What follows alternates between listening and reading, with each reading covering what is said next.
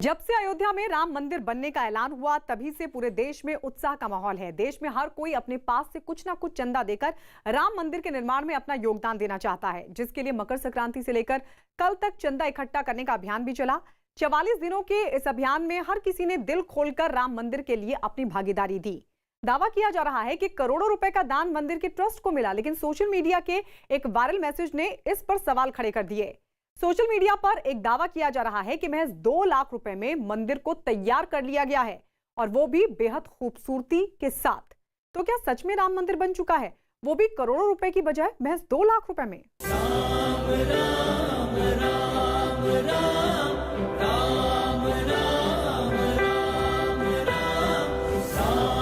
राम राम राम राम राम राम राम राम राम राम राम। जिस राम मंदिर को आधुनिक और पारंपरिक तकनीक से बनाने की बातें हो रही थी, जिसमें करोड़ों रुपए के खर्च का अंदाजा लगाया जा रहा था, वो महज 2 लाख रुपए में पूरा हो गया।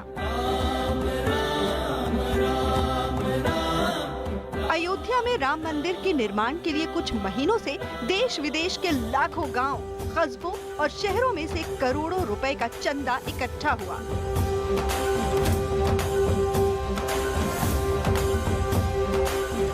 हमारे देश में भी लगभग हर किसी ने भव्य राम मंदिर के लिए दान दिया, लेकिन सोशल मीडिया तो इसके ठीक उलट मात्र 2 लाख रुपए में मंदिर निर्माण का दावा कर रहा है। इतने दिनों से चली आ रही प्रतिज्ञा आखिर समाप्त हुई। हमारा राम मंदिर बनकर तैयार है, वो भी सिर्फ 2 लाख रुपए में। जय श्री राम। श्री राम जन्मभूमि मंदिर निर्माण के लिए 1200 स्तंभों का निर्माण होना है। साथ ही दीवारों पर बारीकी से शिल्पकारी का काम है। इसके अलावा मंदिर में पार्किंग, तीर्थ यात्रियों के लिए सुविधाएं, परिक्रमा की व्यवस्था, किचन, गौशाला, म्यूजियम, प्रदर्शनी और आराम करने वाली जगहों को बनाना है, जिसके लिए करोड़ों रुपए का खर्च और 2022 की तय सीमा है। तो फिर भला इतनी जल्दी राम मंदिर कैसे तैयार हो गया, वो भी सिर्फ 2 लाख रुपए के अंदर? सवाल, 2022 में पूरा होने वाला राम मंदिर इतनी जल्दी कैसे बन गया? चंदे के रूप में आए करोड़ों रुपए क्यों जमा किए गए? कहीं ऐसा तो नहीं कि जिस राम मंदिर की बात हो रही है वो अयोध्या वाला राम मंदिर हो ही ना? हमने इन्हीं सवालों के साथ पड़ताल करनी शुरू की। वायरल हो रहे मैसेज में एक तस्वीर का इस्तेमाल किया गया है। ध्यान से देखने पर हमें ये पता लग गया कि ये तो अयोध्या के राम मंदिर के मॉडल से कतई मेल नहीं खाती। ये तो किसी दीवार या कपड़े पर बनी आकृति ही लग रही है। आखिर ये है क्या? हमने इस तस्वीर की पड़ताल शुरू की। पड़ताल के दौरान हमें ये तस्वीर सोशल मीडिया पर कई जगह मिली, पर हर जगह इस तस्वीर के साथ अयोध्या नहीं, कर्नाटक की राजधानी बेंगलुरु का जिक्र है। जिसके बाद हमने अपनी टीम को बेंगलुरु भेजा। बेंगलुरु में हमें पता लगा कि बेंगलुरु के संगठन राष्ट्र धर्म ट्रस्ट ने लालबाग गेस्ट हाउस के पास बड़ी बोर्डिंग में सिक्के लगाकर तैयार किया है। संगठन की ओर से 1 और 5 रुपए के सिक्कों को इस तरह से लगाया गया है कि उसमें अयोध्या जैसे राम मंदिर की झलक दिख रही है।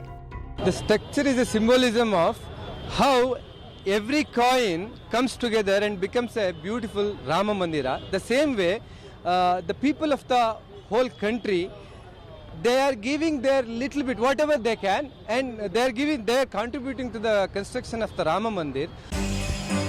इस आकृति को एक काले रंग की होर्डिंग पर बनाया गया है। इसमें कुल 60,000 सिक्कों का इस्तेमाल किया गया है और इनकी कीमत 2 लाख रुपए के लगभग है। Total 60,000 coins, 5 rupees coins and 1 rupee coins, about 2 lakh rupees values of the coins we have used. Because the coin is the symbolism of the money, because that is the money, overall India, the money is getting collected, so that money is going to finally result in building a beautiful Rama Mandira. इसी से अंदाजा लगाया जा सकता है कि राम के प्रति लोगों में आस्था का अंदाजा लगा पाना मुश्किल है। राम मंदिर को बनने में अभी समय है, लेकिन भक्त राम मंदिर को देश के अलग अलग शहरों में अपनी तरह से जरूर बना रहे हैं। न्यूज 18 इंडिया की पड़ताल में ये खबर गलत साबित हुई है।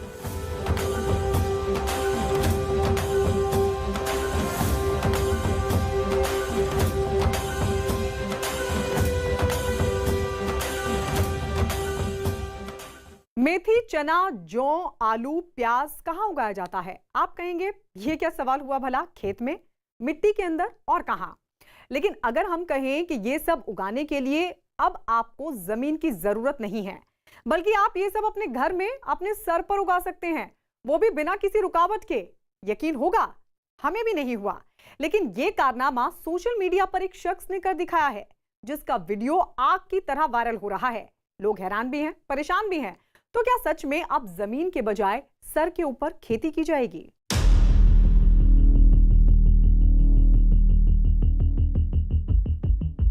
खेती करने के लिए जमीन नहीं है, कोई बात नहीं, परेशान होने की जरूरत नहीं।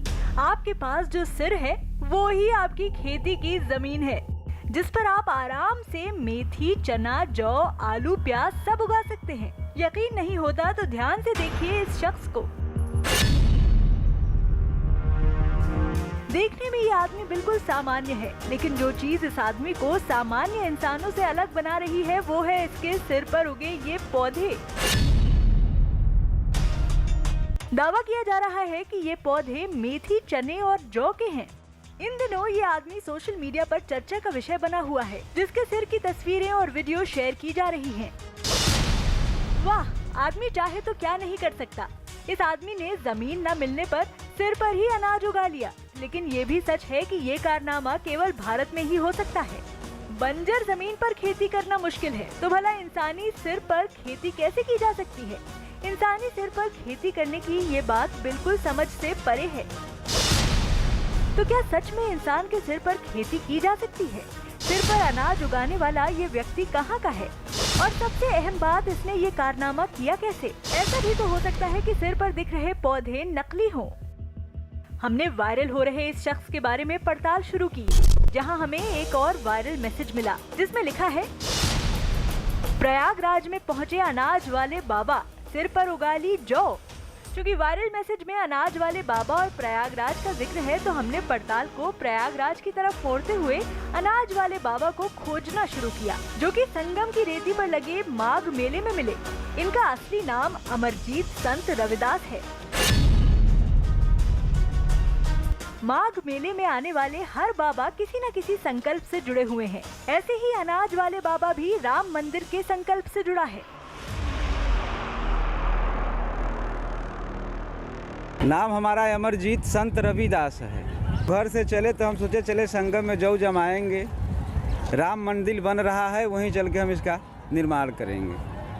वही मेरा निर्देश के साथ आज मंदिर जितना जल्दी बन जाए। हमारे सर में चना है, जौ है और मेथी होगा, 2-4 पेड़, उर्दी होगा, यही सब होगा और कोई दूसरा चीज़ नहीं है। बेगर मिट्टी का सेवा है। हैरान करने वाली बात यह है कि अनाज वाले बाबा के सिर में ये अनाज बिना किसी मिट्टी के उगे हैं। अमरजीत ने जौ, चना, मेथी और उड़द के बीज सिर में डाल दिए और कुछ समय के बाद इसमें बलिया निकल आई। क्या ऐसा संभव भी है? हमने इसकी पड़ताल की और ये जानने की कोशिश की कि बिना मिट्टी इंसान के चमड़े पर पौधा उगाया जा सकता है। पड़ताल के दौरान हमें ऐसी खेती के बारे में पता लगा जिसमें मिट्टी का प्रयोग ही नहीं होता। हाइड्रोपोनिक्स विधि में बिना मिट्टी के पानी में खेती की जाती है।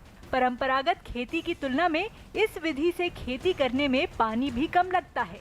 कुछ मामलों में तो इसमें लगभग 90% तक पानी की बचत होती है। जिन क्षेत्रों में पानी की कमी होती है, उनमें इस विधि से खेती करना फायदे का सौदा हो सकता है।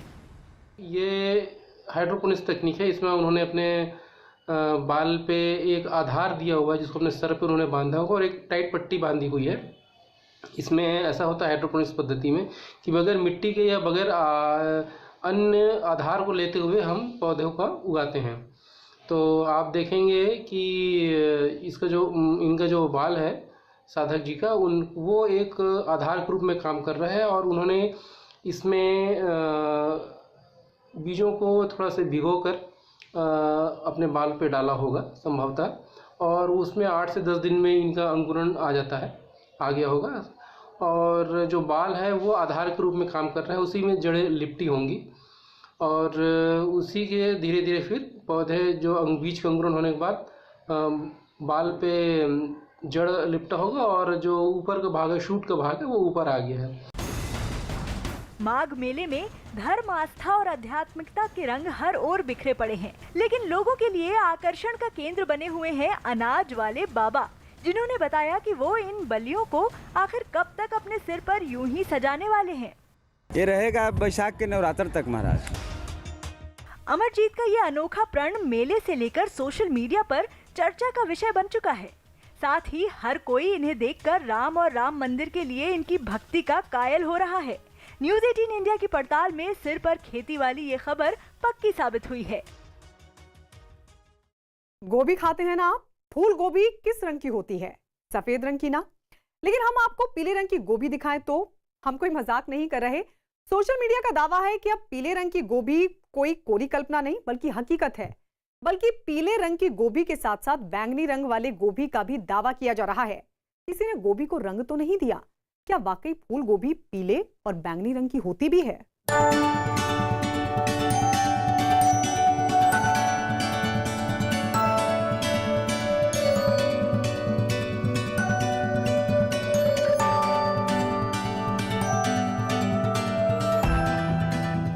अरे ये क्या, पीली गोभी?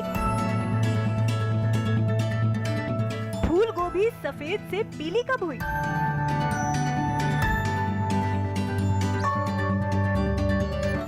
आंखों को कोई धोखा तो नहीं हो रहा?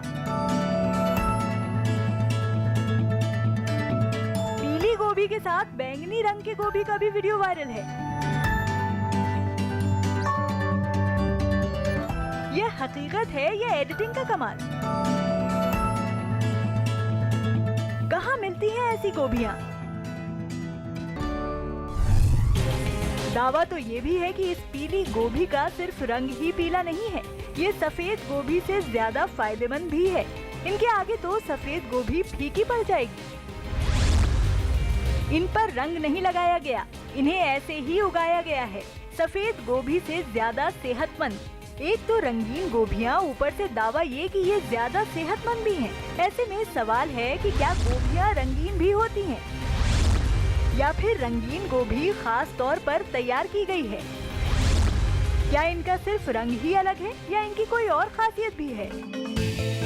इन पीली और बैंगनी गोभी की सच्चाई जानने के लिए हमारी टीम देश के अलग अलग हिस्सों में गई, लेकिन हमारी पड़ताल महाराष्ट्र के नासिक जिले में पूरी हुई।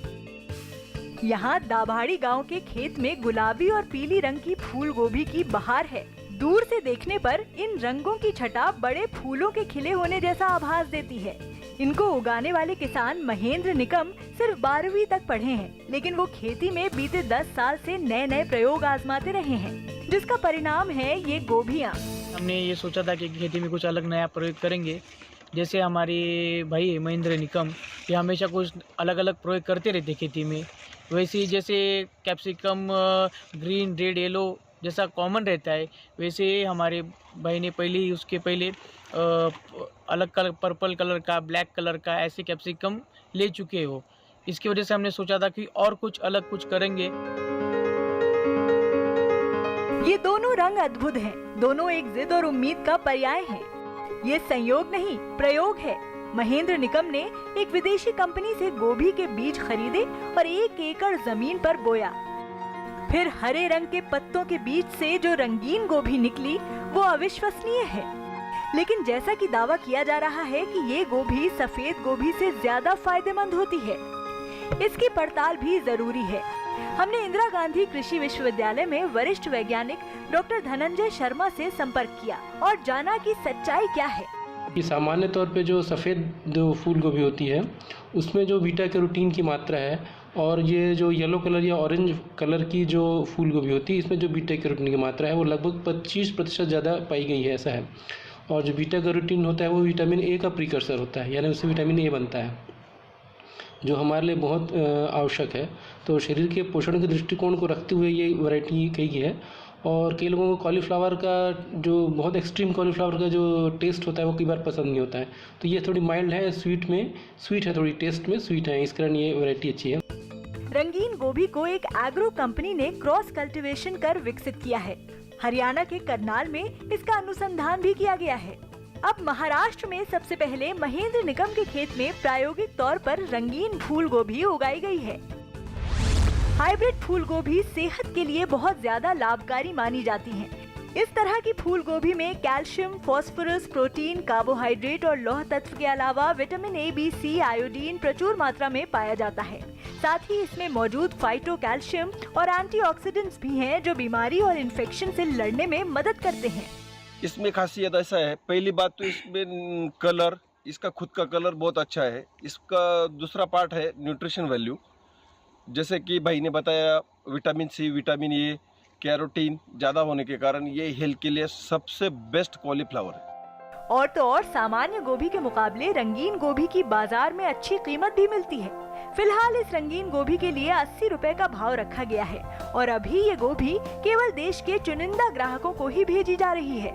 ये हाइब्रिड गोभी पारंपरिक गोभी से अलग है। ये स्वाद में बेहतर और दिखने में आकर्षक है और अब तो इनकी बढ़ती मांग की वजह से इनकी व्यावसायिक खेती की जा रही है, जिसके लिए महाराष्ट्र सरकार ने भी हर संभव मदत का वादा किया है।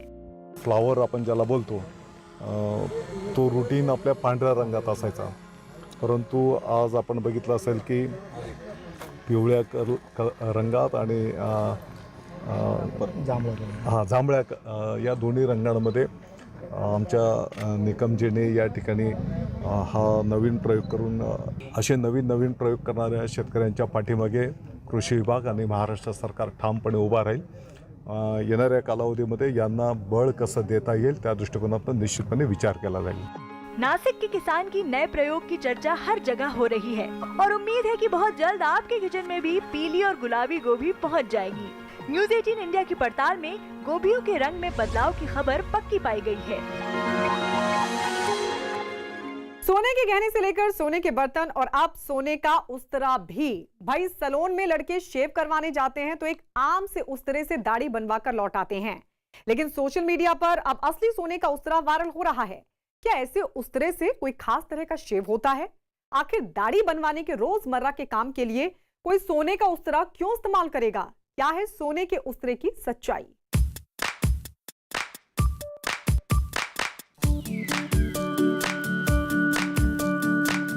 सोने के कंगन, ब्रेसलेट, खूबसूरत गहने,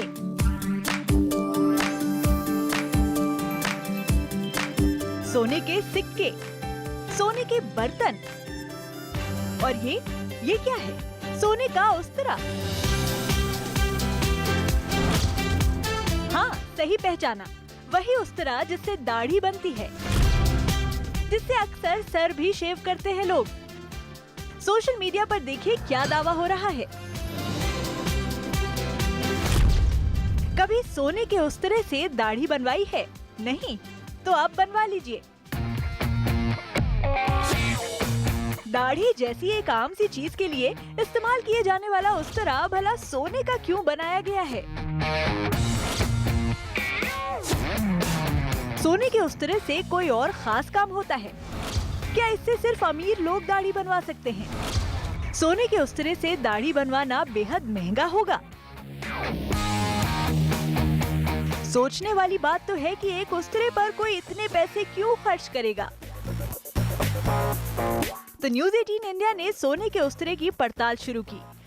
मीडिया रिपोर्ट से मालूम पड़ा कि ये उस्तरा पुणे के एक सैलून में इस्तेमाल किया जा रहा है।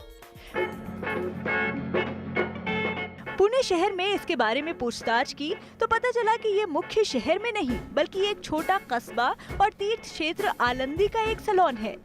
तो हमारी टीम ने बिना वक्त गवाए आलंदी का रुख किया।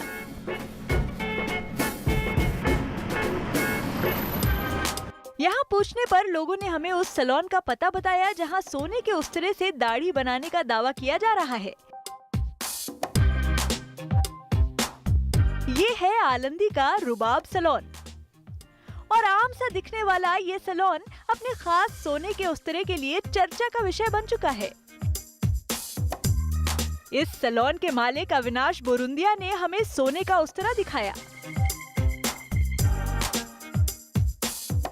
जरा आप भी देखिए, ये है वो उस्तरा।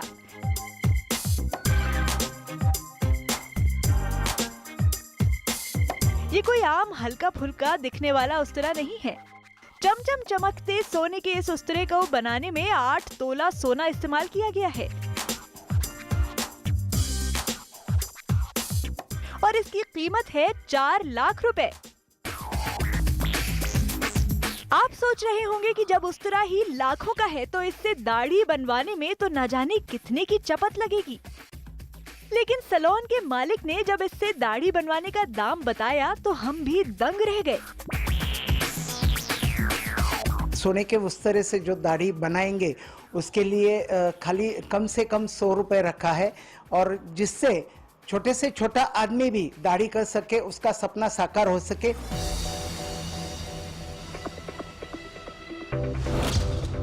सिर्फ 150 रुपए यानी सोने के उस्तरे से दाढ़ी बनवाने के लिए किसी को लखपति करोड़पति होने की जरूरत नहीं है। तभी तो दूर दूर से लोग यहाँ शेव करवाने आते हैं और सैलून के मालिक का मकसद है कि वो लोग भी गोल्ड के उस्तरे से दाढ़ी बनवाने का आनंद महसूस करें जो सोना नहीं खरीद सकते हैं। हमारा कंसेप्ट यही है कि छोटे से छोटे लोगों का सपना साकार हो, सुनहरी सपना जो है उनका वो साकार हो। और वैसे भी भारतीय संस्कृति में सोने को बहुत महत्व दिया गया हुआ है।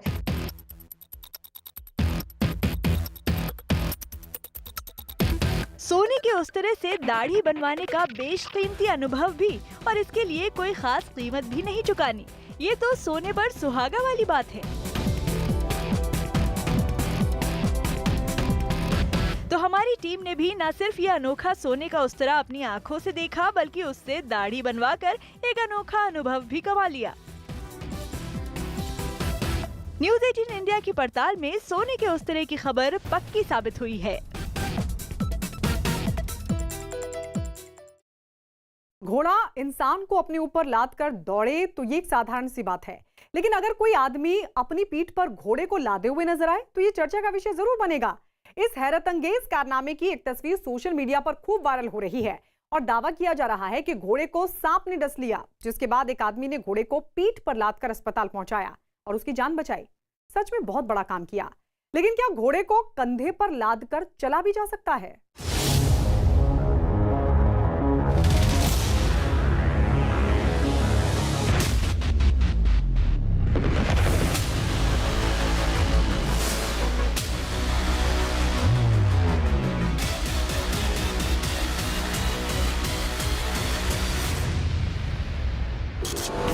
इस तस्वीर को देखकर ये कहा जा सकता है कि इंसानियत अब भी जिंदा है, क्योंकि तस्वीर के साथ जो दावा किया जा रहा है वो इस इंसान के इंसानियत की गवाही देता है। इस आदमी के घोड़े को सांप ने डस लिया था, जिसके बाद घोड़े को पीठ पर लादकर ये आदमी 3 मील दूर अस्पताल पहुंचा और उसकी जान बचाई। इसे कहते हैं सच्चे दिल से रिश्ता निभाना।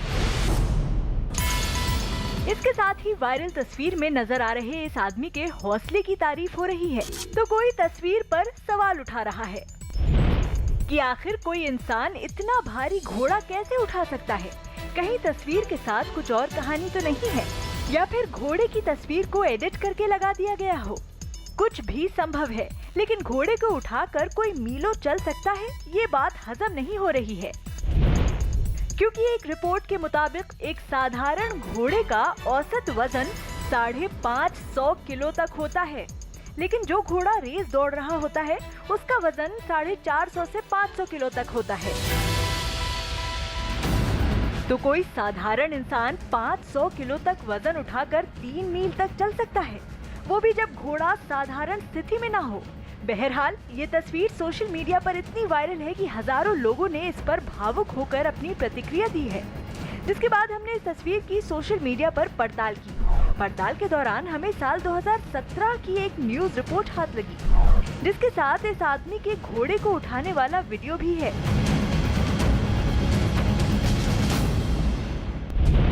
वायरल तस्वीर में नजर आ रहे शख्स का नाम दिमित्री खलादजी है।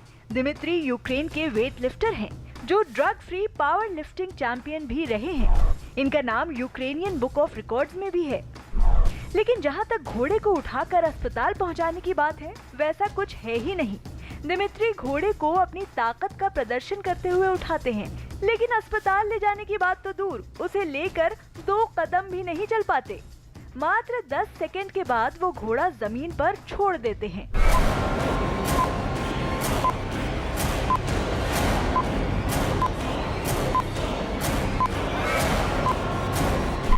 दिमित्री को दुनिया का सबसे ताकतवर व्यक्ति भी कहा जाता है, जिसकी वजह है उनके किए गए चौंकाने वाले कारनामे। अपनी ताकत दिखाने के लिए दिमित्री घोड़े को उठाने से लेकर लोहे की रॉड को दांत से मोड़ने जैसी कई अद्भुत परफॉर्मेंस दे चुके हैं। इंटरनेट पर ही दिमित्री के ऐसे कई चौंकाने वाले वीडियो मौजूद हैं। किसी में वो अपने हाथों से कील ठोकते नजर आएंगे, तो किसी में एक साथ कई लोगों को उठाते दिख जाएंगे।